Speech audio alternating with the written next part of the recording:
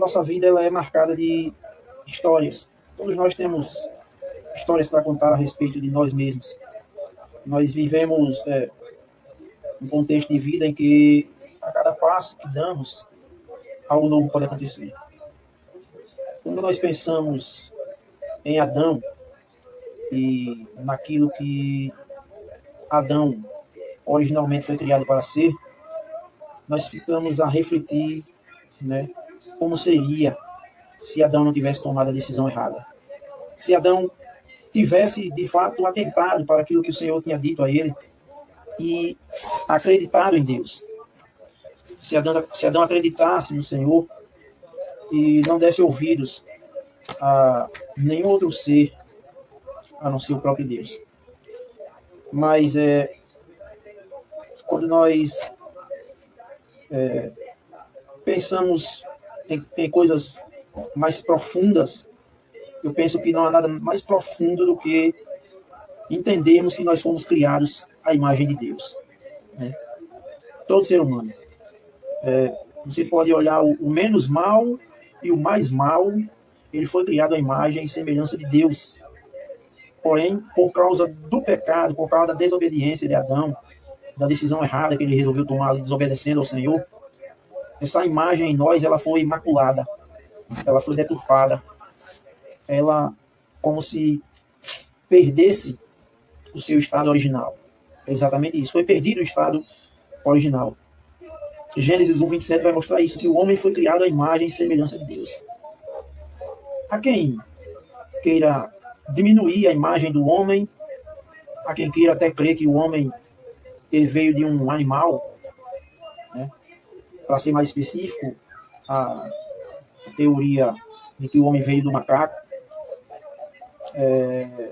seria muito pouco ou raso ou até desvalorizável você pensar que o homem, com toda a sua inteligência, com toda a sua capacidade dada pelo Criador de fabricar coisas tão impressionantes, como por exemplo eu agora estou gravando com a tela de um celular e de repente eu lanço na internet e todo o mundo pode acessar e assistir. Então você pensa que se o homem realmente viesse do macaco, seria um estado de evolução interessante, porque o macaco não tem capacidade para criar coisas desse tipo. Ele não tem, ele não é racional. O animal ele não é racional. Ele tem instinto. Instinto esse que pode levar a tomar algumas decisões em que nós muitas vezes ficamos a imaginar como um animal é inteligente, né? Ele percebeu que ali havia um perigo e não foi. Isso é inteligência. Porém, ele não chega a classificar que tipo de perigo ou que consequências pode haver se ele tomar aquela decisão. Mas nós, seres humanos, nós sabemos muito bem que, por exemplo, ao topar em um fio desencapado, nós podemos simplesmente tomar um choque ou gravemente ser morto. Nós sabemos que se nós corrermos em alta velocidade em uma motocicleta ou em um automóvel qualquer, nós podemos nos arranhar, quebrar algum osso do nosso corpo ou ir a óbito, dependendo da gravidade do acidente.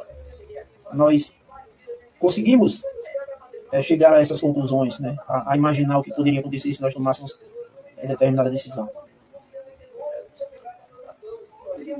Por sermos homens criados à imagem e semelhança de Deus, nós entendemos que Deus colocou em nós alguns atributos, dos quais, como esse, nós temos a condição de raciocinar e de tomar decisões, uma vez que cremos no Senhor, tomar decisões que sejam favoráveis ou aprovadas pelo Senhor. O animal não chega a tomar essa decisão.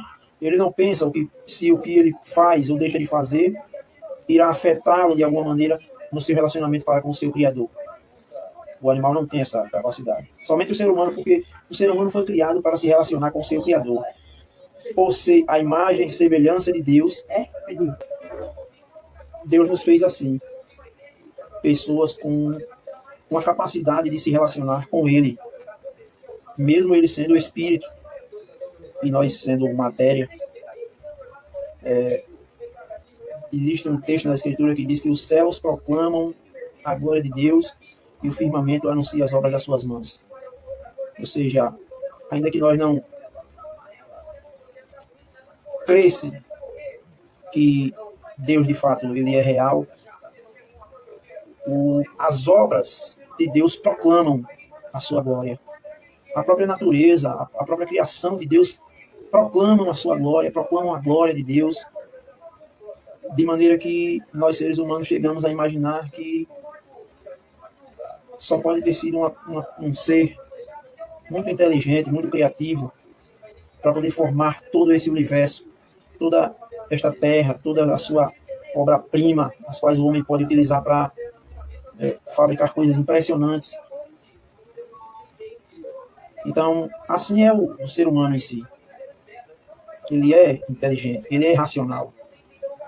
Ele ainda que tem a natureza de Deus deturpada por conta do pecado, ainda assim ele demonstra em si alguns atributos que só podem vir do próprio Deus.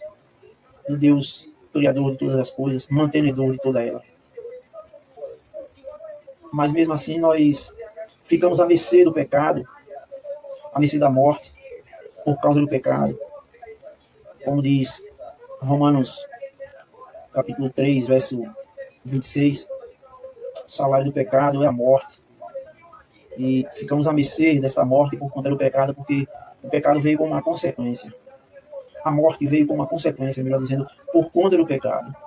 Deus, por sua infinita sabedoria e de forma insondável, ele preferiu que fosse assim.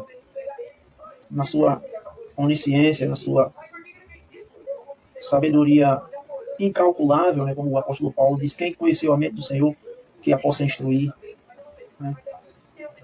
Ele sabe muito bem como lida com suas criaturas e como trata com cada uma delas segundo a sua própria vontade.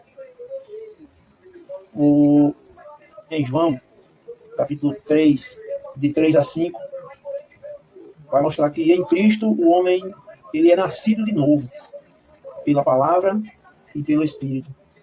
Então, ainda que houve essa consequência e todo esse trajeto para que o homem pudesse chegar às condições que está hoje, atualmente, diante de Deus, o próprio Deus providenciou uma alternativa, eu não diria uma alternativa, mas um plano maravilhoso, um plano perfeito, e muitas vezes até incompreensível, que foi o plano de entregar o seu filho para que ele pudesse ser oferecido como propiciação pelos nossos pecados, e assim nele pudéssemos ser justificados, ou seja, por conta da sua obra na cruz, nós pudéssemos ter essa oportunidade de graça, de novamente nos reconciliarmos com Deus, entendermos diante dele que de fato nós somos pecadores, sim.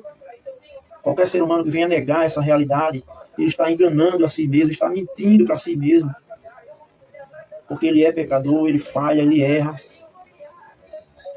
Mas em Cristo nós temos uma escapatória, uma forma de não chegarmos ao fim de mãos vazias, no sentido de dizer para Deus o que eu poderia ter feito. Mas não, o próprio Deus diz que nós podemos sim fazer. Certa feita os discípulos chegaram para o próprio Senhor Jesus e disse: quais são as obras de Deus para que façamos? E Jesus disse a eles: a obra de Deus é essa, que creiais naquele que por ele foi enviado. Então, é somente isso.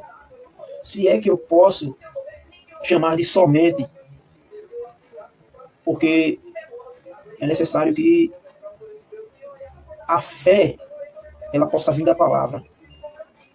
A fé vem pelo ouvir e ouvir pela palavra de Deus. Ou seja, não depende de algo interno que possa fluir do homem. Eu sou um homem que tenho muita fé. Mas não. É algo externo, é algo que vem da própria palavra. A fé vem pelo ouvir e ouvir pela palavra. Por nenhuma outra coisa, nenhuma outra ação ou qualquer decisão que o homem possa tomar. Mas somente crer naquilo que de fato foi dito. que foi ensinado e que, de forma a sermos evangelizados, foi feito, foi escrito e tem sido pregado. Então, que você possa crer. A obra de Deus é esta, que creiais naquele que por ele foi enviado. Eu creio. Espero que você creia. Muitos, milhares e milhões, incalculáveis pessoas neste mundo creem no sacrifício do nosso Senhor e Salvador Jesus Cristo. Todo aquele que nele crê não será confundido. E a mensagem, ela nos leva exatamente a isso. A chamar você a crer no sacrifício que uma vez foi realizado na cruz do Calvário e que ninguém pode anular. Porque esse foi o plano de Deus, o plano salvífico de Deus. De maneira que nós somos salvos por esta graça que nos foi entregue, nos foi outorgada pelo Senhor e Salvador Jesus Cristo. Essa é a nossa única esperança, não há outra. Espero que essa seja a sua esperança. Em nome de nosso Senhor Jesus Cristo.